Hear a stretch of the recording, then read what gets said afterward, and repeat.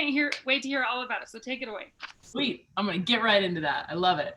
And just for the sake of time, I'm going to move a little quicker through my slides because I know everyone's time is of the utmost importance. So I'm going to jump us right in. I'm going to introduce myself, the company, tell you a little bit about how I got into this new kind of business conversation that we're going to have tonight. And I wanted to just point out like the overarching lens and how I would love for you all to listen. I think it would be the most valuable to the end conversation, the discussion. Like everybody was saying, the target market, how we could potentially package this product. And then of course, pricing is this like, I just keep making the pricing higher and people keep approving it. So I haven't found the ceiling yet. So I'm interested in your guys' opinion on that. I'm going to walk you through 2 current data projects that we're working on as we speak, just so kind of put that stake in the ground. You really get what's going on and how we're doing it. And then we'll jump right into discussion. So with that, this is the overarching brand, Kristen, as you were mentioning. It's called Mobilize. We have 3 current products. So Comms is our SaaS platform. It's gone to market. You could sign up today, start sending messages, collecting data, very easy user interface. And then we've got Mobilize Data, which is the product I'm going to talk about tonight, which is really builds off of the foundation of Mobilize Comms, but is custom, right? So we're looking at custom modules, custom workflows, automation, that type of thing. And then last, but certainly not least, we are in a phase 3 with the Tactical Innovation Ecosystem, which is a project with the Air Force. So our dev team is building out a custom dashboard that tracks innovation success and ROI throughout the ecosystem over time. So that's an exciting pseudo-random product for us, but we've been working on it for so long. It's part of our brand. And just really quickly about me, I know that Wendy already pointed out that my team was the team that updated the Coolest Women We Know website.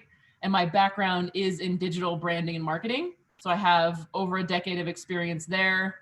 And I was one of the blessed young people who had a mentor very, very early in my career say, hey, would you like to come work for me and I'll show you everything I know? And I said, absolutely. Turns out she ran a full service digital agency, taught me everything I knew. I love that world. I love the creativeness, the strategy behind it. And after about 10 years of running my own agency, I was ready to buy a product and it fell into my lap. There was another woman who had a product for over 15 years, which is the SaaS platform. There was a couple different bidders, but we were the most aligned. And I've now owned that SaaS product for over 2 years. My chief technology officer, my partner in crime, Jerry Ramey, he's just the most brilliant dude. He went to School of Mines. He's a data scientist, data architect, really can see big picture scale. He's AWS certified and everything, really on top of current technologies and innovation. So lean on him heavily for that kind of product roadmap. But I am really proud to say and continue to keep this number high that over 75% of our team, including our developers, are women. So really committed to that. This is a conversation for everyone. So just a few customers. Currently, you can see that we have a pretty heavy leaning towards government, state, county, federal, right? That's definitely where the data projects have been the most successful. I'm really interested in your guys' opinion on how that could scale and grow. And just to make this real for you guys, if everybody has their phone on them, if you could pull it out real quick, I'm gonna have you open up a new text message. And just to give you a taste of what's possible here, you're gonna text the word data to the phone number 94502. So in the new text, you put in the phone number 94502 and the word data, and go ahead and hit send. You're gonna get a quick auto response. A couple cool things. Show me your phone once you get that, just so I can see where you guys, oh, cool, that was fast. Boom.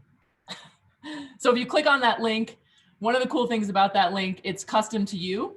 So as you engage, click, give us data, participate in any way, we can track that down to deep analytics, right?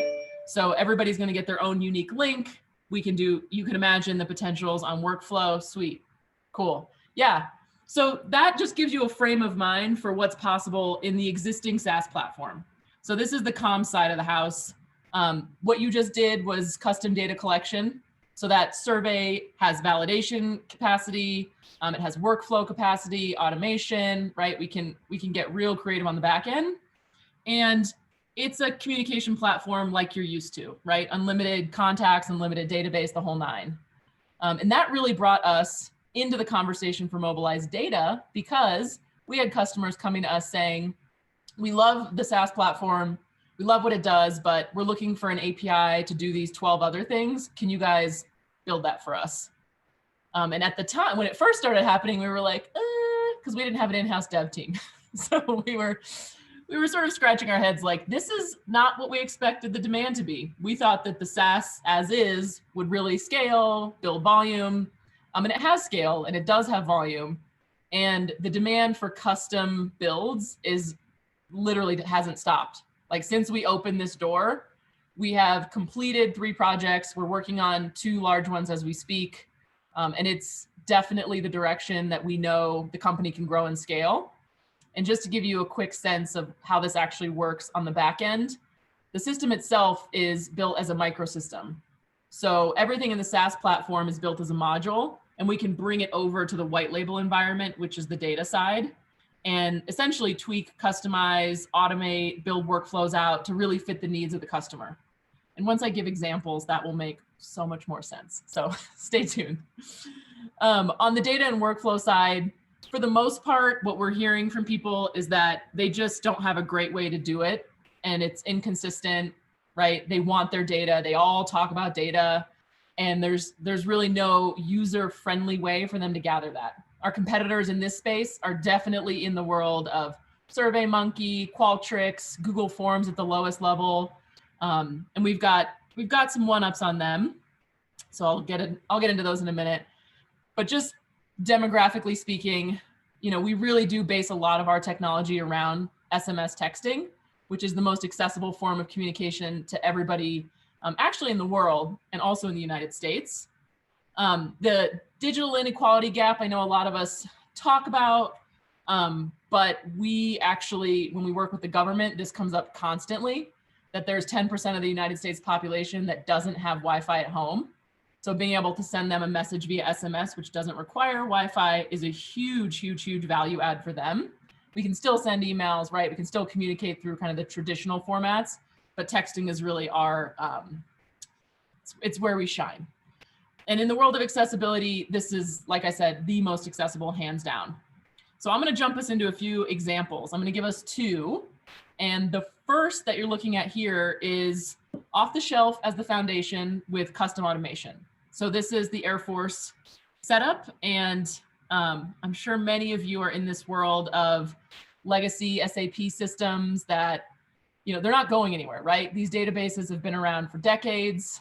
Everyone's using them at the, most of the Fortune 500s, and of course, all over the government. So this is the ecosystem in the Air Force. This is just at the highest level zoomed out. And what we found once we started looking at the problem set was we can really layer in our technology on top of those legacy systems and create a user engagement that is friendly to people who expect technology to work for them, not against them. And as far as like demographics, we're hearing a lot from kind of the millennial and younger, so kind of that newer workforce that just expect to be able to do hard tasks without like a ton of work, which debatably fair, but the expectation is there. So that's where the technology comes in, right? Because we layer in.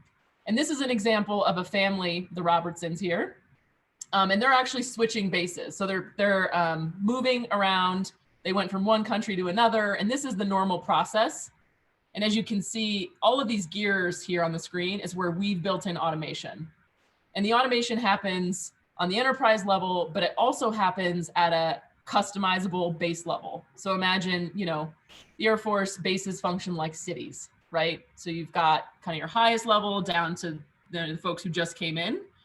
And at every different level, different communications are needing to happen. So I'm not going to walk through the nitty-gritty details of this, but I just want you guys to get that what's possible in our system is really any communication from any direction, the possibility of triggering automations based on responses.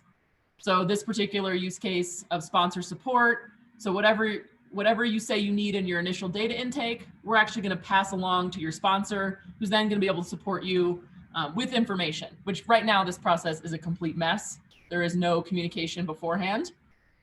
Of course, we start the automation. You can see on the screen, high engagement, right? We can send forms, checklists, images, videos, you name it. Of course, being able to touch base throughout the process with data is one of our biggest commitments to our customers. We want to get feedback as we go. And I'm actually going to jump us to the end of this example. The feedback loop and the analytics dashboard are really where our data team shines. So being able to pull out the example with the Air Force, you know, what they're really committed to and also concerned about is keeping people in, right? So separate from recruitment, actually retaining airmen.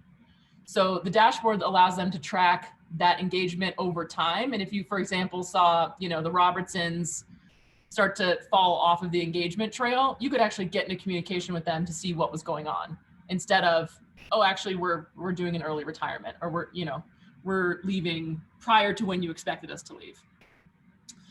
My next example, this is a huge, very fast push for our team. We're building out a completely custom start to finish process for Pueblo County food banks to remove all paper, completely mitigate any manual touch point.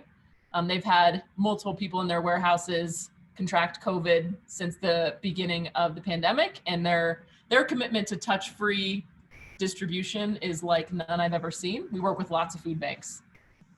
So just to give you a sense of what they were doing in the past, this is just a preview of their training deck.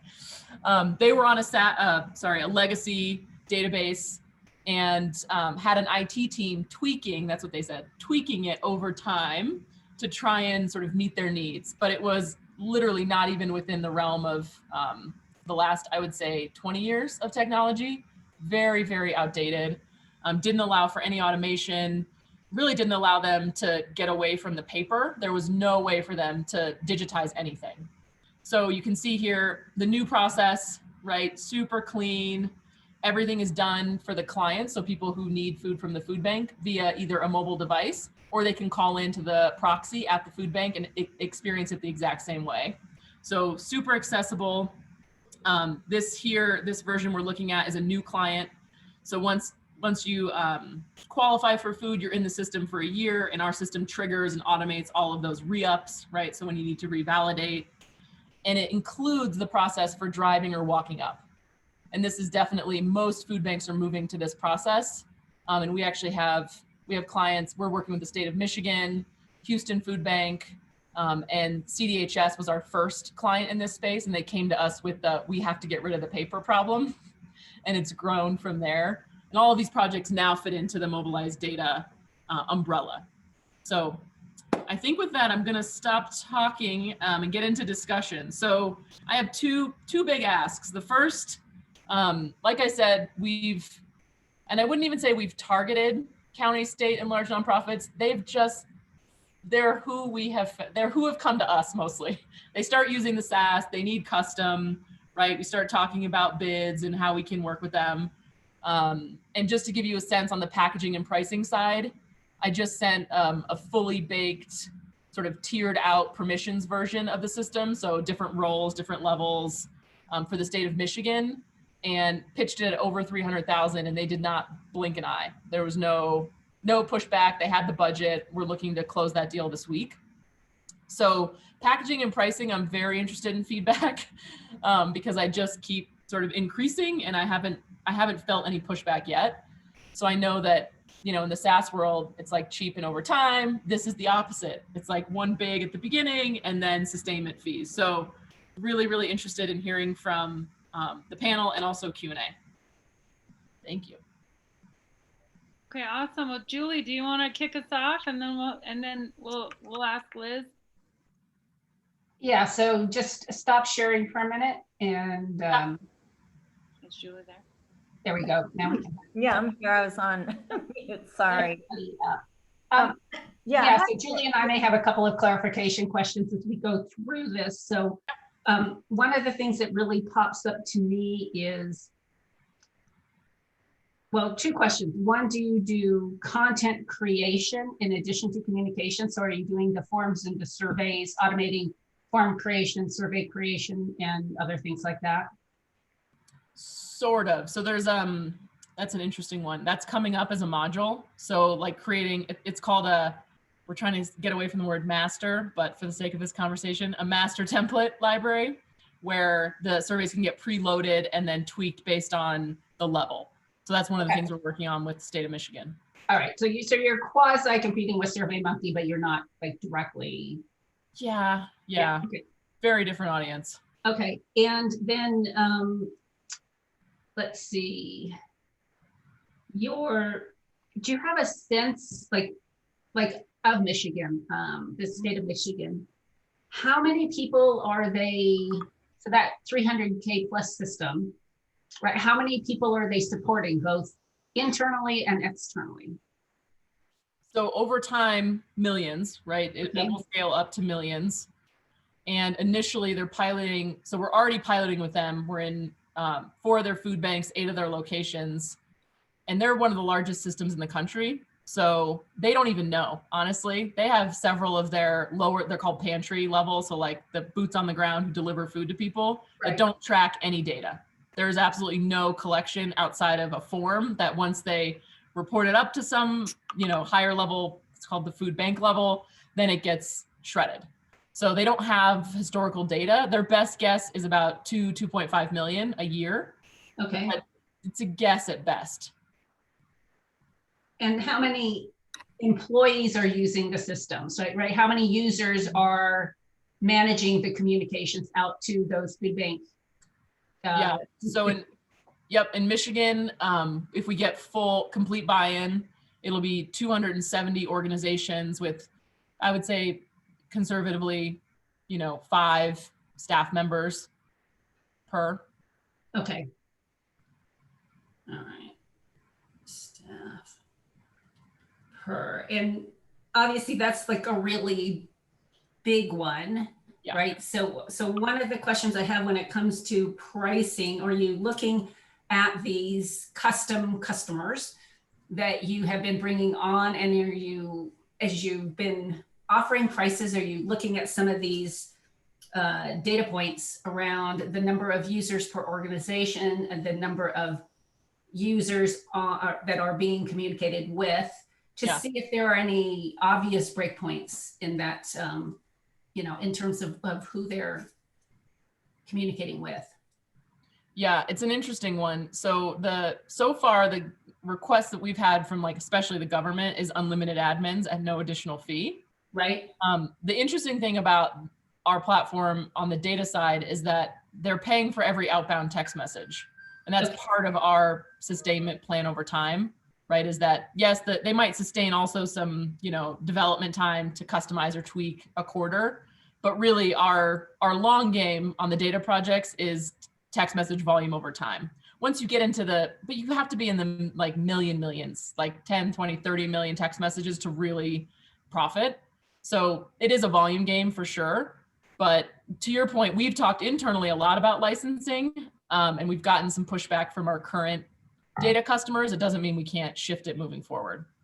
Okay. And your actual customization process, right? Is it based on, are your costs that you incur to do that? Is it based on, what is it based on?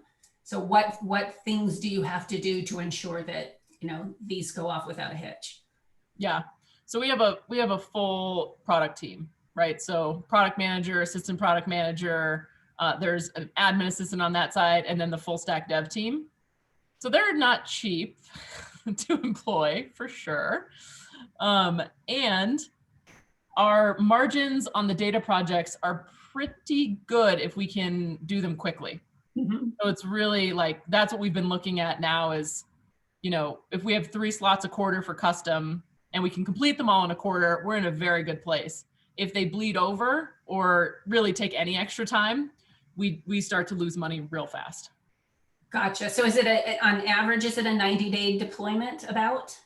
Yeah, I mean 60 to 90. Okay. 290-day deployment. And how much is true custom versus how much is this quasi-modular extension? Yeah. So at this point, the dev team is still building out the microsystem. So they're adding new modules. So it's pretty custom. Okay. 60-40 right now, but it's going to get, right, that number will go down over time. Okay. Custom templates. Just trying to kind of get a baseline for, you know, kind of the cost and labor view of pricing versus the value pricing. And I know you're probably trying to get to value pricing, but you have to look I'll at take any pricing. right, but you have to look at cost and labor, you know, from a practical perspective to yes to get started. And then what about data integration? Is there a lot of work on the data integration side? Not yet. So most of our customers bring us some dump of data that they want pushed into the system for ongoing tracking and reporting.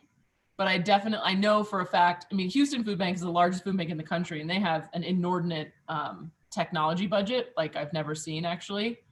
And they are looking to integrate with, they've already integrated our tool with Power BI, but they're also looking at an ADP integration. So like their entire, you know, payroll, their staff, all that.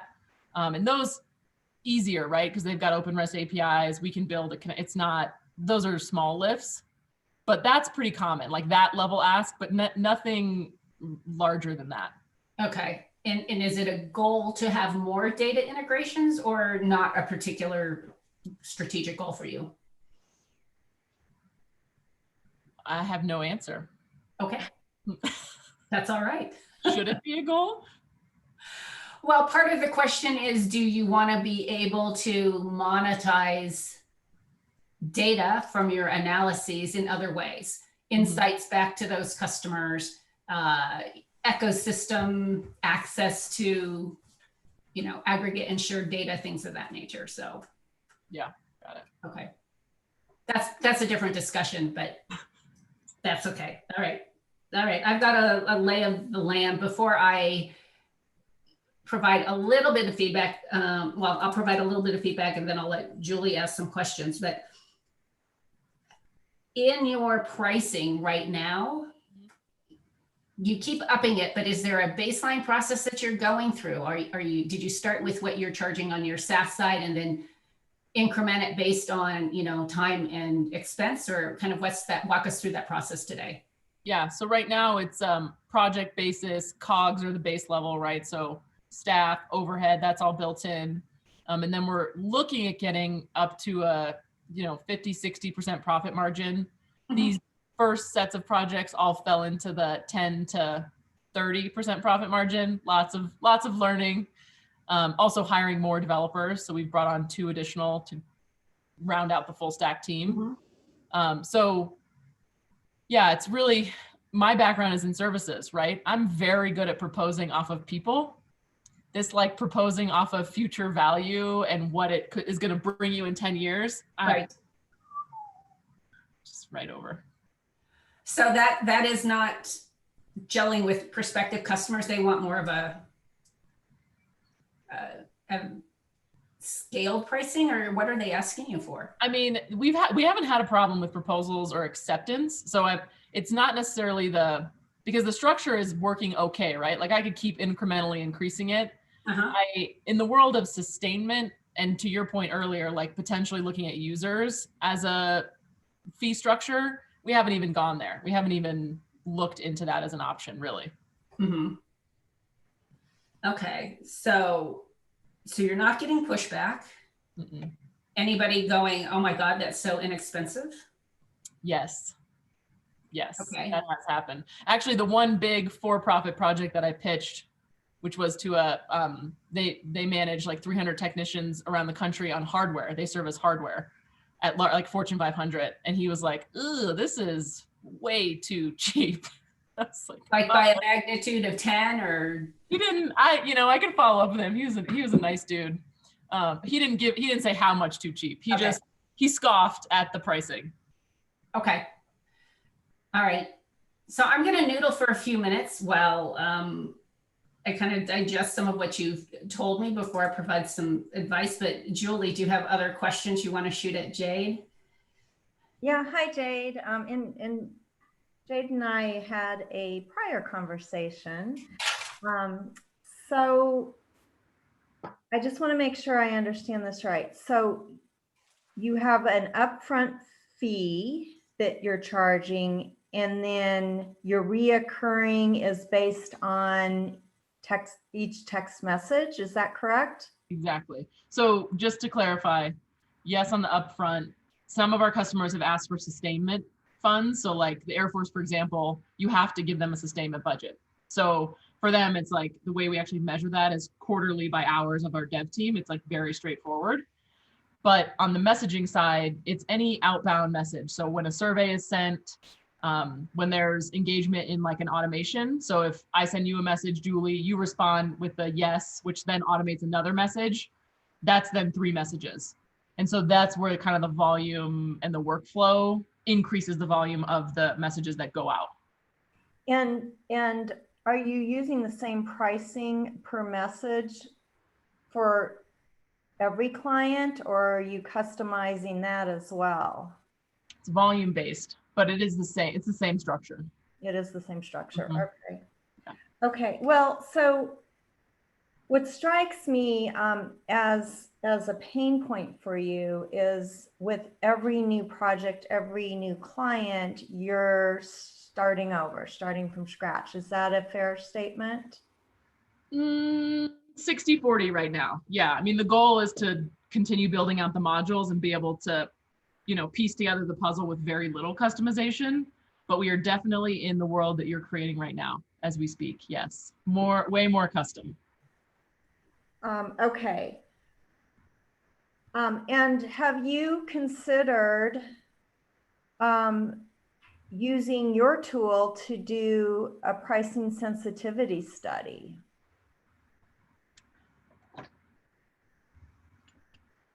The SaaS platform, you mean? Yeah. Interesting. Never considered it. I'm considering it now. And so I think the challenge here is getting the right audience to take the survey. And so, you might need some help with that, with a vendor. But you certainly could administer the survey. We certainly A vendor could recruit and help design the questioning and put together a true price sensitivity study for you. Cool. So that's just one idea I have in terms of, I don't know what to price. It's too cheap. It's this, it's that. Yeah. I think you've got to figure out what the demand is and what that sweet point is on pricing. Mm-hmm. The other thing that strikes me, and you probably have this, is some standardization around how you build pricing. Mm-hmm. So do you understand what I mean with that? Yeah. Yep. And yeah, we do. I mean, it's interesting, right? Because the custom dev, I'm pitching, right? I'm the salesperson, just so we're all clear. I'm the one who's going out, like creating this big vision, and then we back into a plan for the dev team to actually make it happen. And to your point, when I'm in that sales mode, I'm pitching conceptual, and I'm getting a lot of buy-in at the conceptual level, and I'm still getting buy-in once we start to scope it out. But to your point, Julie, like we build these feature sets and we're backing into, I mean, some of this technology doesn't exist. Like we don't have any competition in certain pieces of what we've done and what we're doing. mm-hmm. So it's not that it's shooting in the dark, but yes, I've always got my product cost. I know how much it costs to do. And then from there, it's like how, like the county of Pueblo was willing to pay a 15% expedite fee because they wanted it faster. And I would have never, I was like, what? You're a county? This is so strange. You're like, and they overnighted the check. I mean, it was just, it's bizarre when you get the right, you get all the right pieces in a line. Mm-hmm. But I'm not, to your point, I'm not clear outside of like my experience in services how to like standardize this and say Right. base fees. Right. So you're in an enterprise mode. Why, as you're talking to these people, you have to think enterprise and not consumer or small business. Right. And they are used to things like expedite fees and additional change orders and right, all of those things that come with big enterprise projects. Yeah. So you kind of do have to put yourself in a different mindset as you're going to them. But based on kind of what you're doing, it sounds like with SMS, right, there are a couple of markets that require it, right? There's going to be the government market where access is key. Healthcare is another one of those markets where access to everyone is key, right? And grocery could be another market where access is key to everyone. And so part of what you're going to have to look at doing, there's some research that has to be done in terms of what those different markets are going to bear. Right. Right. And a nonprofit is always going to require something less, right, than a for-profit enterprise. And health systems are hurting right now, but text is what they actually use as their primary source of communication if you're looking at Medicare patients and Medicaid patients, because there is definitely no guarantee that they're going to have Wi-Fi or some extensive data plans. So I think that in your pricing analysis, you should be looking at those different markets and really understand what they can bear. And eventually it will get you to a point that gives you a starting point. And then you can add on based on customization level and urgency level and number of data integrations, which will be another one of those things that's going to affect your price dramatically as you move forward if there are more and more data integrations that are required. Right. So so there's a little bit of a science to it. There will always be somewhat of an art to pricing. But there is a science to the analysis of figuring out, kind of what each of those markets is going to bear. Yeah. Yeah, and I'll just add, the more you can put some standardization around your base pricing, I think that will make you much more comfortable, and maybe you have it tiered. And then, Liz hit on this, but I think you have opportunities for more reoccurring revenue. Selling licenses, I think is brilliant. What are those things that you can continue to receive revenue on? I think is an area for you to look at.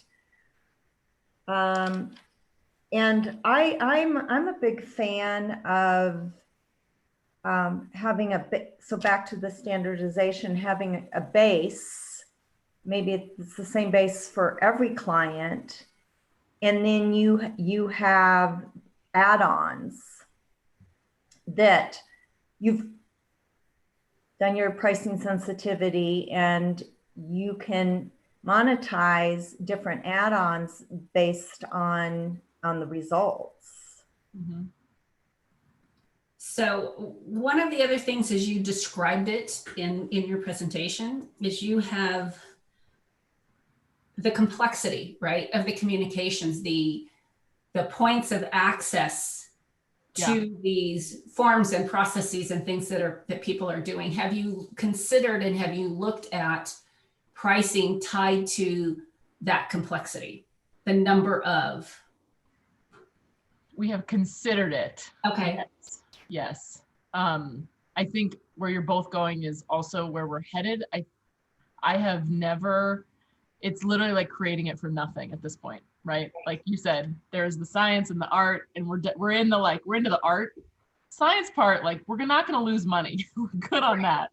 Right. Now it's how to take it from there. But I love the base and then complexity pricing, because that is, I mean, that's how it works. Right. And enterprises want some predictability, right, as they do their budgeting. So if they know that they are removing X and adding Y processes, if they have X many, outreach initiatives planned for the following year, right? Over time, that means those are new services and new connections that you're going to make with your service, right?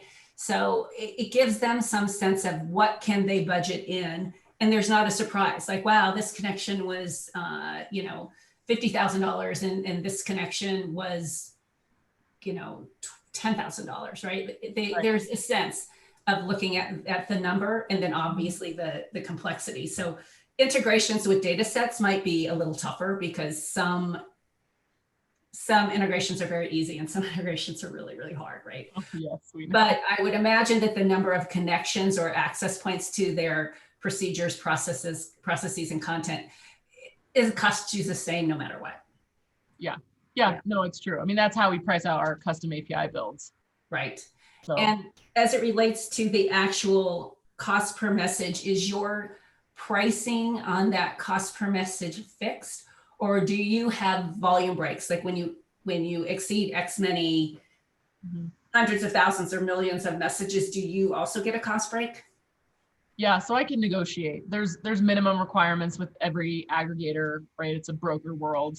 Once we hit over 5 million messages, we'll be able to negotiate a much lower rate. So like we lose a lot of the bids to the federal because our competitors are doing, 500 million, and they can offer 1/10 of the price. Gotcha. So that's the uptick game that we're playing.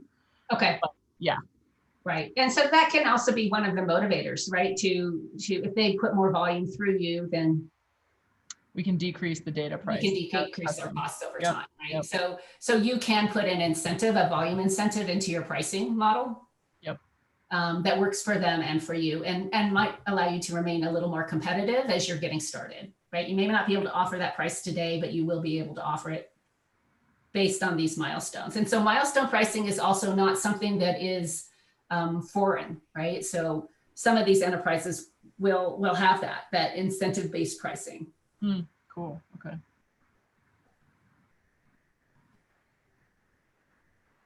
And then, Is this the kind of information you're looking for, by the way, Julie? I'm sorry, what? Jade, this is what you're looking for. I was going to ask Jade another question. Go ahead, Liz. Yeah, go. I was just doing a sanity. So the aggregated data is per client.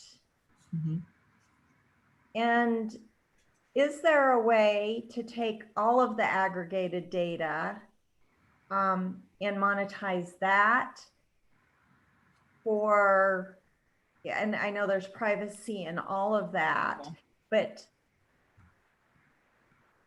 that's happening. Yeah. We've talked about it on the SaaS side. So for comms, I think yes. For data, no. Just because of the types of contracts we're in require data ownership, privacy, HIPAA. Right. I saw someone mention healthcare, right? You can't text anything HIPAA, but as long as the links are HIPAA compliant, right? That's like our workaround.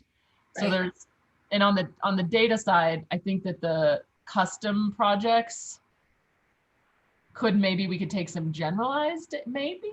I mean, I'm smelling what you're cooking.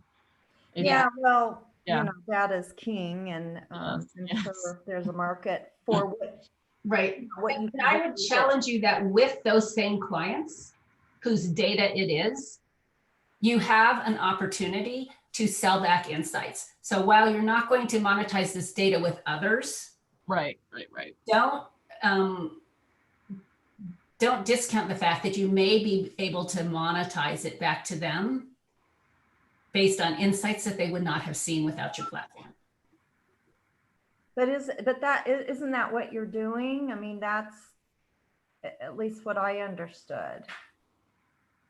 I mean, if they build a custom dashboard, yes, right? We're providing them insights. Is it as deep as we could actually go? No, not usually, right? They're looking for high-level metrics, engagement, right? Like the Air Force retainment is mostly those are engagement metrics over time.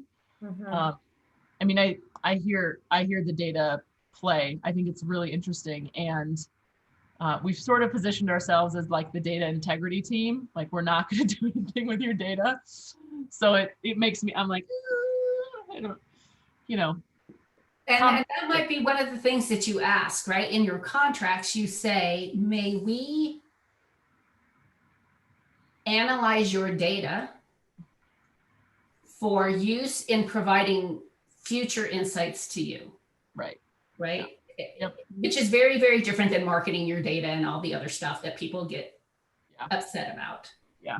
Right. But it's kind of like nobody told us, right, that we could use, that they were going to be listening to Alexa to do a better job of updating their services. So I always feel like you should be asking those questions, but you know, it's their data set.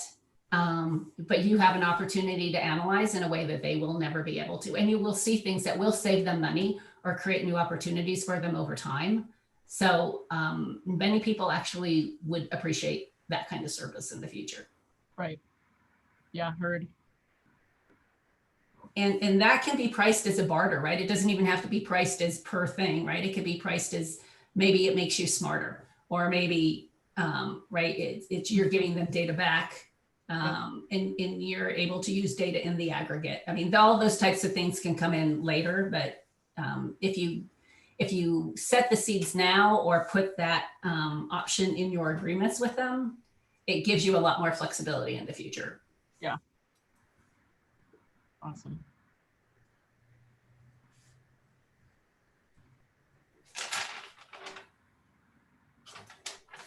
Do you have a goal for your templatization? Like, are you looking to have 80% modular by a certain date, or do you think you're always going to have 20 or 10% custom, or do you not want to have that?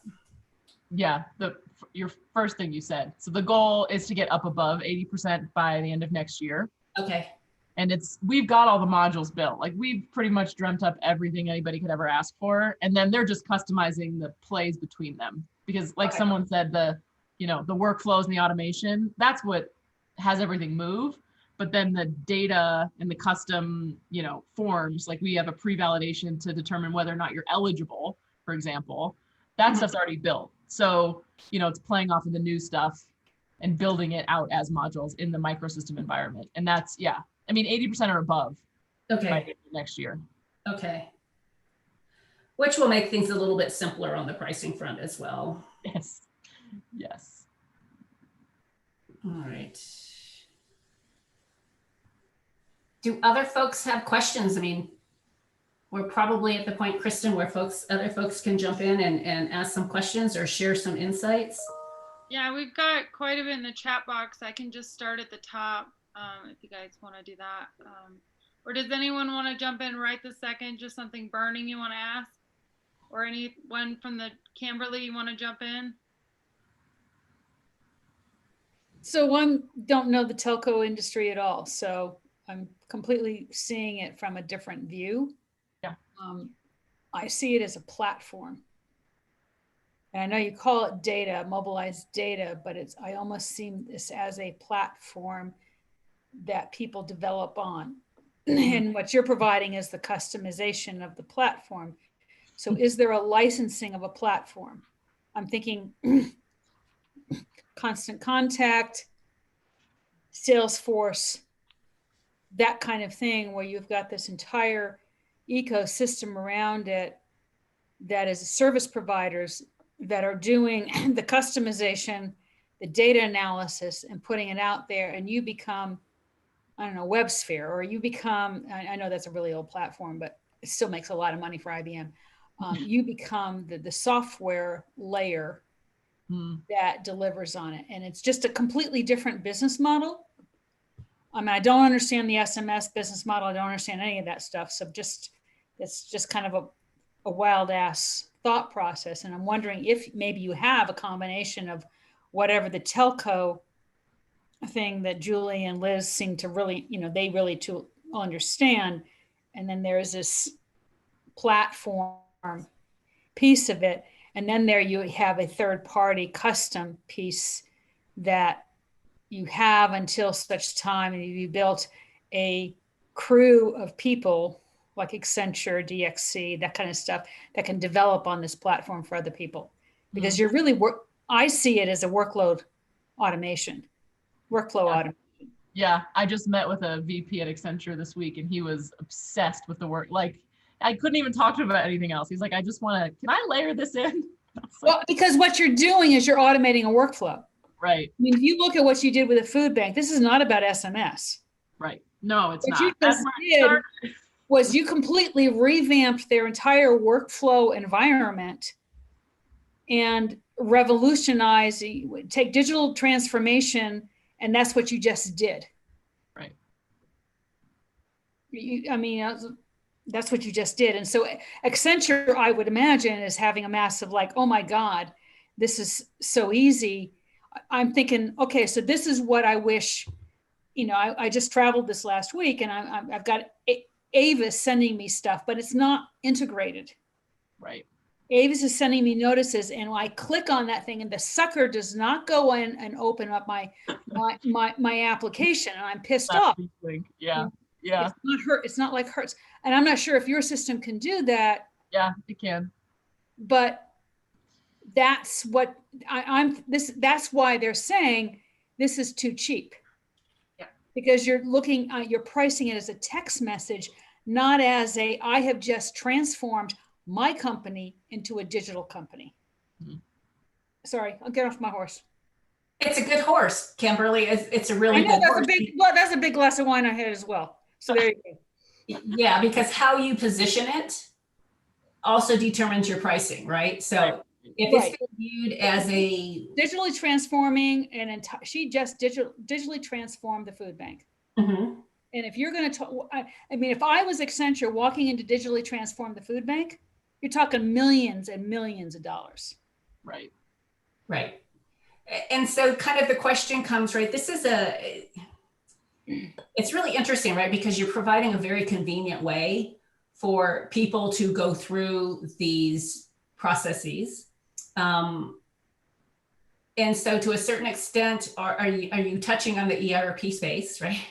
Or are you, how do you view yourself, right? So there is the data process, but if to Kimberly's point, an Accenture, a Gartner was to come in, where would they position you? What market segment would you fall into?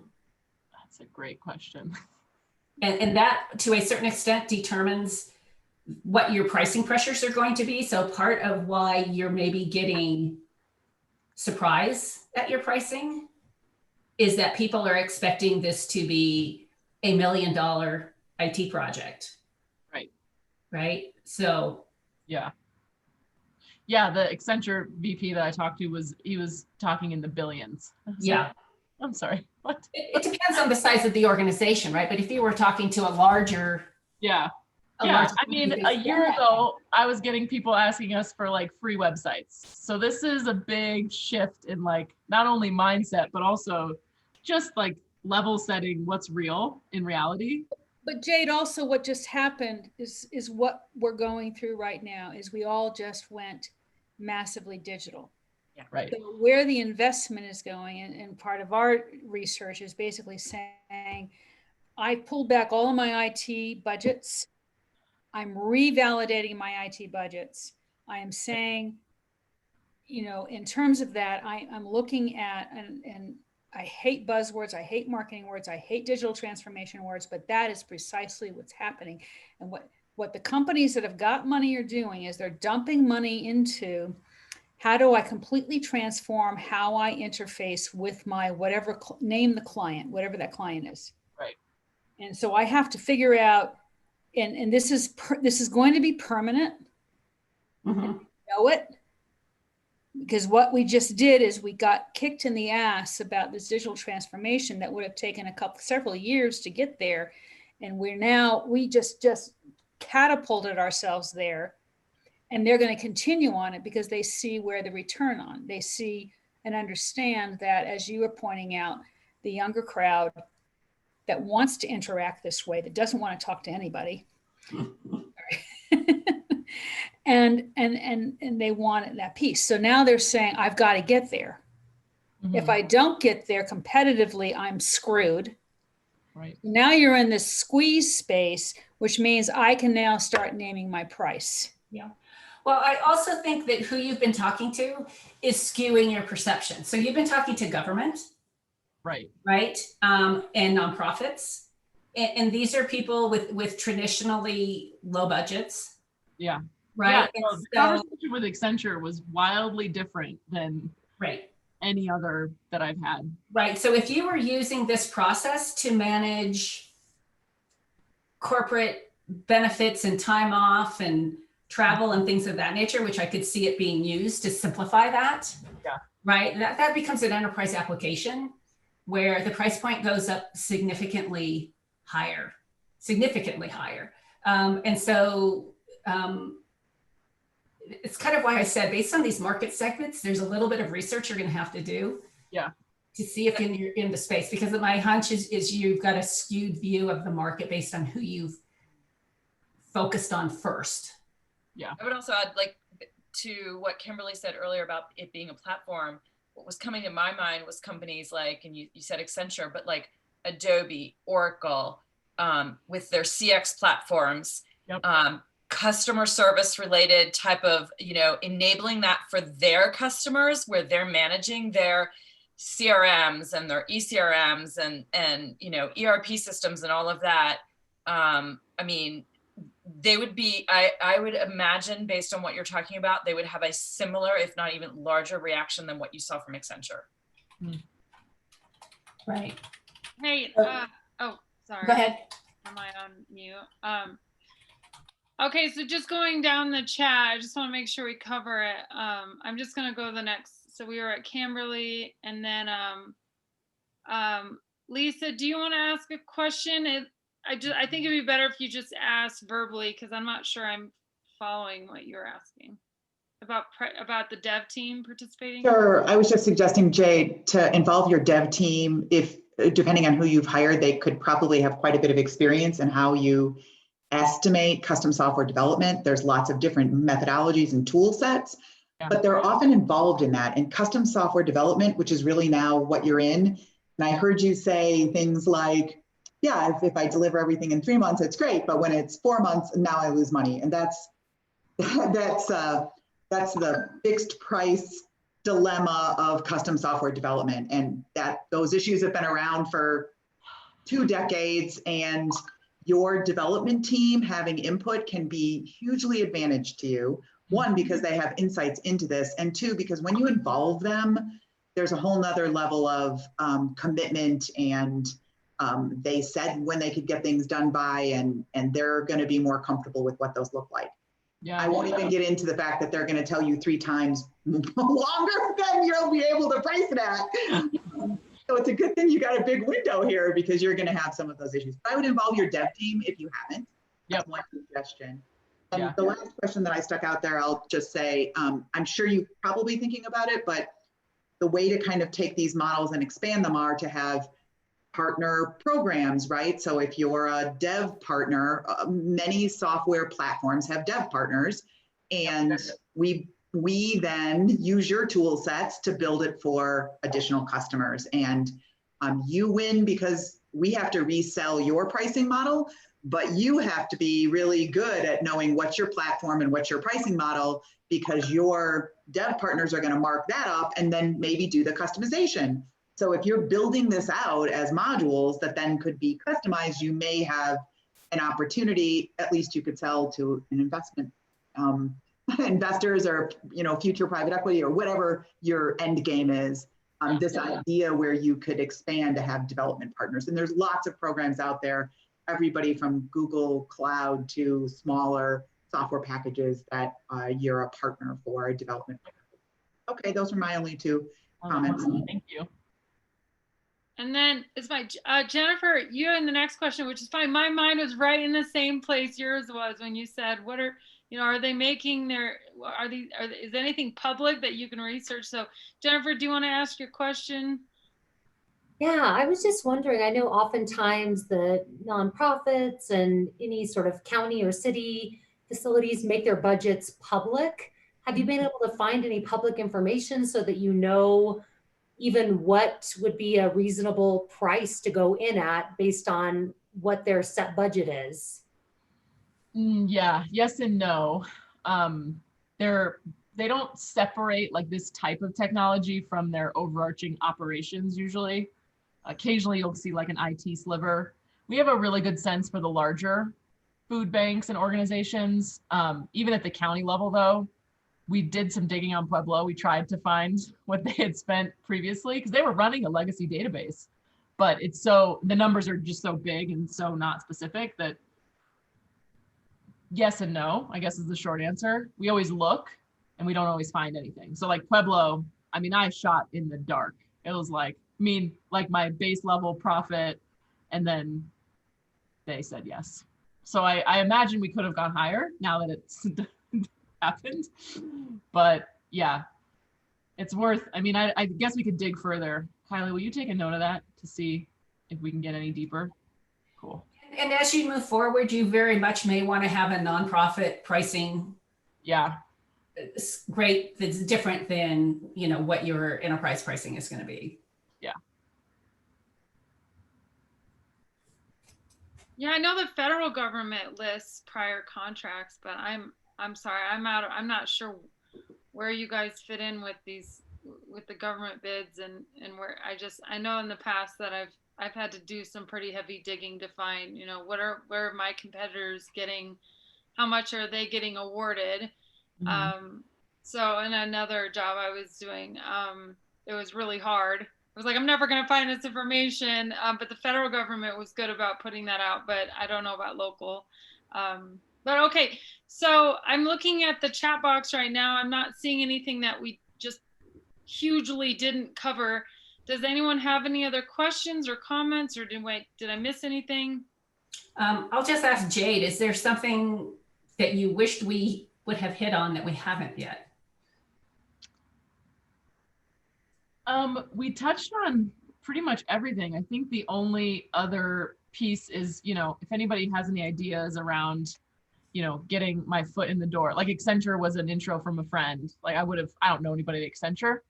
It's not my world. If you need anybody at food banks, I can introduce you to everybody across the whole country. But yeah, like, even just like, hey, you might reach out to these folks and see if they're interested. That market side of it is people are coming to us, which is great. But Liz, to your point, I for sure is skewing like everything that I think about what's possible, because we're working under a specific kind of constraint called they will ask for discounts up front. Right. So I think that one of the things that you can do is, do a little bit of research on the markets. And where you think your greatest opportunities are going to be, and prioritize those. Obviously, our Coal Women Network can help introduce you to people in those types of organizations, and certainly checking out people's connections is a great first step so that you can get a warm introduction to someone. But I would say, make the ask with a little bit more information. It seems to me you have a platform that's completely horizontal. And so part of that's going to be prioritizing, or it may be that that a company has to be a certain size or have a certain complexity or talk to a certain number of people, right? Before there's really value to utilizing your platform. If they have a single process, it may be no big woo, right? So it's going to be organizations that have multiple processes and user touch points, whether they're employee users or customers. So having, I think, a little bit of that information kind of helps us guide you. Yeah. Where you should go, and we can make some of those connections. Awesome. And you can buy lists and you can do all that other stuff too. But as you get started, you probably want the warm introductions, I would suspect. You suspect correct. Yeah. Okay. I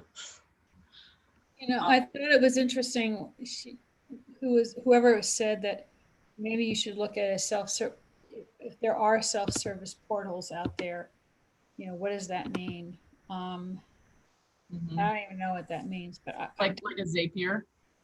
I don't know if you're in the right if you're thinking about being in the right category. I'm not, and I don't know it enough to be able to say, and anything other than my gut says we're bigger than the category that you're in. Yeah, that was me who put that out there, Kimberly. Self-service portals, right, are about simplifying the process for users and making that engagement easier. So if there are organizations out there kind of doing that, right, if there are people out there doing that, it gives you a little point of reference from a competitive perspective. Yep. Got it. Okay. Right. So that's my comment, is it might be a great price point sanity check. Yeah. Fascinating stuff though. Really is. Yeah. So cool. Thank you all so much for your time. Awesome. Yeah, no, thank you. Wow, 2-year success, Jade. It sounds like this is a fantastic opportunity. We're all here and rooting for you and supporting you. Thank you. You guys are the best. Have a good evening.